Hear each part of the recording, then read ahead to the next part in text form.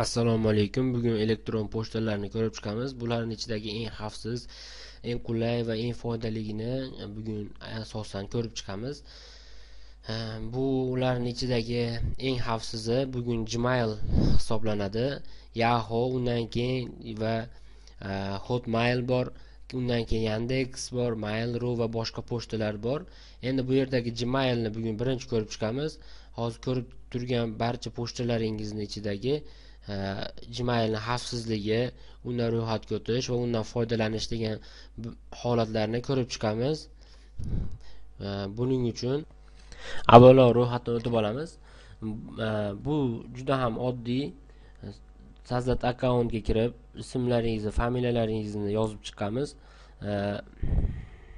Bu yerda ismingizni, familiyangizni va o'sha gmail.comdagi nomingizni yozib, parollaringizni yozib kiritganingizdan so'ng bu yerda yoshingizni kiritasiz. Erkak ayoldagi jinsingizni tasdiqlab, mana bu yerdagi so'zni yozib, undan keyingi joyda птичкалар qo'yganimizdan so'ng dalshini bosamiz.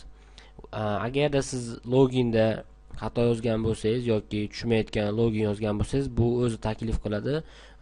Aynan shu yerdan xohlaganingizni tanlashingiz mumkin. Misol mana buni bosib, undan keyin keyingi bo'limni o'tib ketaveramiz. Mana bu yerda biz elektron pochtamiz ochilganligini ko'rsatyapti. Endi bu yerdan перейти к сервис Gmail deganni bosamiz. Bu Gmaildagi pochtamiz ochilganidan so'ng ayni mana shu joyda bizda 3 ta SMS kelgan bo'ladi. Mana birinchi SMS ga kirganimizda temasini o'zgartirish imkoniyati bor. Bu yerdan xohlagan temangizni tanlaysiz yoki pastdagi joydan o'zingizga yoqqan temani tanlashimiz ham, o'zimizga yoqqan temani tanlashimiz ham mumkin. Загрузить fotografiya joydan o'zimizga yoqqan biron bir temani olib qo'yib olishimiz mumkin. Tanlab bosishimiz bilan o'zi avtomatik загрузка qiladi va o'sha temani o'rnatadi. Undan keyingi bo'limda bizga yana qanaqa imkoniyatlar berishligi haqida aytadi. Bunda telefon orqali ya'ni gaplashish va boshqa narsalar, umuman kelmaydi, mana shu Gmail haqida ma'lumotlar keladi. Bu oddiy SMS yozish joyi, bu yerda sizga kelgan SMSlar oddiy, ham barcha joyi. Endi bundan pochta ochishingiz bilan siz YouTube sahifasiga, Picasso va yoki umumanki shu Google kompaniyasi ishlab chiqargan o'sha barcha imkoniyatlardan foydalanishingiz mumkin. Endi keyingi ishimiz endi bu pochtamizni xavfsizligini yana bir bor ta'mirlash. Aslida o'zi bu pochta eng xavfsiz bo'lgan pochtalarning bittasi, lekin bir qator yana qo'shimcha xavfsizlik chorasini ham ko'rsak bo'ladi. Buning uchun aynan o'sha o'zimizni sahifamizdan keyingi yana bitta o'sha brauzerimizdan bitta sahifa ochib, google.com saytiga kiramiz. Google sahifasiga kirganimizdan so'ng, agarda biz Google ga kirganimizda Gmail ga kirgan holatimizda kiramiz Google ga. Undan mana bu joyda biz aynan o'sha pochtamiz kirganligini ko'rsatyapti. Bu yerdan account degan joyini bosib, u yerdagi xavfsizlik yoki безопасность degan joyga tushirib, u yerdan двухэтапный autentifikatsiya degan joy bor. O'sha yerdan настройка deganni bosib, sozlash deganda bu yerdan o'sha xavfsizlik chorasini ko'rishlik deganni boshlaymiz. Bu yerda kirishimiz bilan telefon nomerimizni yozishlikni so'raydi. Bu yerga telefonimizni yozib,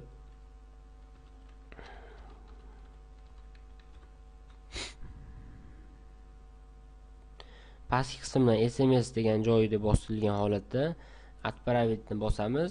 Bizga kod keladi. O'sha kodni mana bu yerga yozamiz. Bu telefoningizga boradi. Mana kodni kelgandan so'ng telefonimizga o'sha kodni yozamiz. Keyingisini продолжить ni bosib, undan keyin endi dalshini bosib, подтвердитni bosamiz. Bundan so'ng bizda akkaunt to'la to'kis himoyalanganligini aytyapti. Endi biz bu hozirgi mana shu yuz stranitsasidan biz telefon nomerimizni o'zgartirishimiz mumkin yoki o'chirib tashlashimiz mumkin, boshqa telefon yozishimiz mumkin yoki biz telefonimizni Android yoki iPhone yoki aynan shu Apple kompaniyasidagi ayni planshet yo boshqa biron narsaga ulab qo'ygan bo'lsak, elektron pochtamizni ishlatishda xavfsizligini ta'minlash uchun mana bu yerda kod yoziladi. Hozir bu pochtamiz hech qanday Android yoki planshet yoki Apple kompaniyasining biron bir mahsulotiga ulanmagan. O'shaning uchun bizda chiqmadi. Sizda chiqqan bo'lsa, o'sha yerda tushuntirish videosi chiqadi tepasida. O'shani bosganingizda sizga barchasi tushunarli bo'ladi. Bu bilan telefondagi holatda ham xavfsizlik ta'minlanadi. Pochtamiz to'la to'kis himoyaga olindi. Endi biz bu yerda SMS ham keldi. Sizni pochtangiz himoyaga olindi deyotgan. Va shu bilan biz pochtamizni himoyaga to'la to'kis olgan bo'lamiz. Endi keyingi joyi Google'da Google Plus degan sahifasi bor. Bu Google Plusda xuddi alohida bitta sahifa, xuddi Mail.ru'da Mo'ymir degan sahifasi bor kabi, bunda ham xuddi shunday o'xshash bir bo'lim bor va bu prosta xavfsizroq va juda ham masshtabi kengroq. Endi bu yerda o'sha holatni qoldirgan holatda bu yerda ismimizni, bunday ismni biz bilmaymiz, bu kompaniya nomi bo'lsa aytib qo'ying deyapti. Biz bu yerga boshqa ism yozib qo'yishimiz mumkin.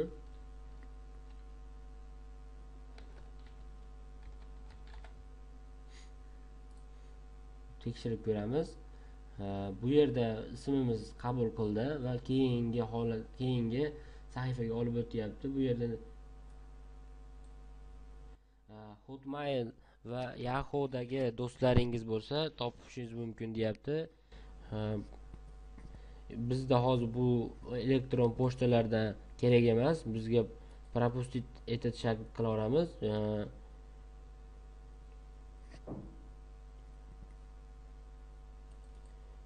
Davom ettirishni bosganimizda undan keyingi bo'limda bizda asosan bu Gmail, Google Plus'da shunday kurglar bor. O'sha firmalar, telekanallar, kompaniyalar o'z sahifasini ochgan va bu yerda o'zidagi eng so'nggi yangiliklarni Google Plus orqali tarqatib turadi. O'sha yerdan biz o'zimizga kerakligini qo'shishimiz mumkin. Biz misol uchun National Geographic'ni misol qo'shib qo'ydik mana va bu yerda o'zingizga kerakli boshqa narsalarni ham qo'shishingiz mumkin. Albatta siz to'la to'kis madan podpisatsiya deganni bosib qo'yishingiz ham mumkin. Bunda mana bunday qilib, bunda o'zingizga yoqmagan ba'zi bir narsalar ham chiqib beradi. Sizga misol tavsiya, bu o'zingiz kirib ayni o'sha yerdan o'zingizga kerak bo'lgangina kruglarni qo'shganingiz yaxshiroq. Har bittasi qo'shilgandan so'ng u yerdagi o'sha yangiliklar sizni sahifangizda chiqib turadi. Undan keyin продолжительni bosganimizda bu yerda rasm qo'yasizmi deyapti. Biz rasm qo'yadigan bo'lsak, загрузить fotodan qo'yishimiz mumkin yoki boshqa yerdan olishimiz mumkin rasmimizni. Bizga hozir rasm kerak emas. Kompaniya bu yerda o'zingiz haqingizni yozishingiz mumkin, xohlasangiz va undan so'ng готовni bosasiz va sizda sahifa ochildi.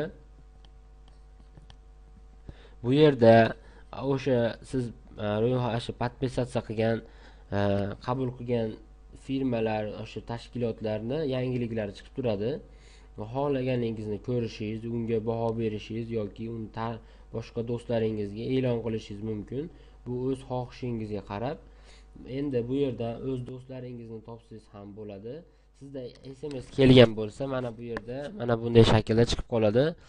Buni bosganingizda sizdagi o'sha yangiliklarda yoki SMSlarni ko'rsatishi mumkin. Nima yangilik haqida gapirayotganini bilib olishingiz mumkin. Bu yerda chap tomonda menyu ochiladi. Profil degan bo'limda o'sha sizni sahifangiz ochiladi. Bu yerda siz boshqalarga e'lon qilgan yangiliklaringiz chiqadi. Undan keyingi joyda obzorlar, undan keyingi joyda rasmlar, keyingisida yana soобщество degan joyda u yerda yana yangi xuddi biz podpisatsiya qilgan guruhlarga o'xshagan boshqa guruhlar chiqadi. Bu yerda tanlashingiz yana ham osonroq. Siz o'zingizga yoqqan boshqa bir yangi guruhlarga qo'shilishingiz mumkin, yo o'shalarda yangiliklarni ko'rishingiz mumkin, yoki merapриятияda o'zingizga bir sahifa ochishingiz mumkin. Mo'y Ludeyda yangi do'stlaringizni o'sha yerdan qo'shib olishingiz mumkin yoki boshqa yangiliklar qo'yishingiz mumkin. Bu Gmailda Google Plus sahifasini o'zingizni shaxsiy bir saytingiz qilib ishlatishlik darajasiga olib kelib qo'ygan. Siz u yerdan o'z tovaringizni reklama qilish yoki boshqa narsalarda ham foydalansangiz bo'ladi. Bu yerda juda ko'p yangiliklar bor. Eng kerakligi misol uchun video chat.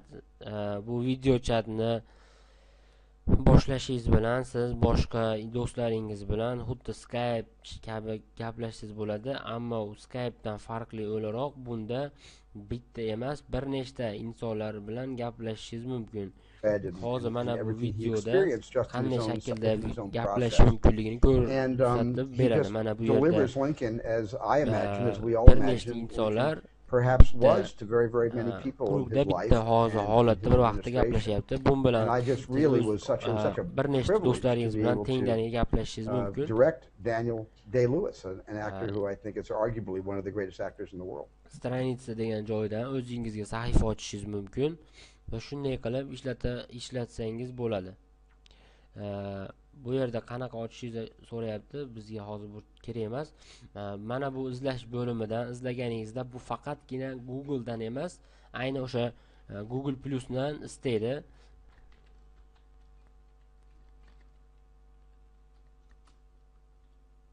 Istaganingizda sizga o'sha insonlar, o'sha yangiliklarni chiqarib beradi va bu yerdan siz o'zingizga yoqqan inson bilan oddiy mana bu добавить kruг deganingizni bosishingiz bilan yangi bu yerda ro'yxat chiqadi. Do'stlar, oila, tanish yoki boshqa. Bu yerdan yoki siz o'zingiz sozdat deb turib o'sha yerga yozib qo'yishingiz bo'ladi. Va buni o'zingiz bosishingiz bilan ayni o'sha joyga o'sha добавить qilingan insonni, podpisatsiya qilgan insonni qo'shib qo'yadi. E'tiboringiz uchun kattakon rahmat.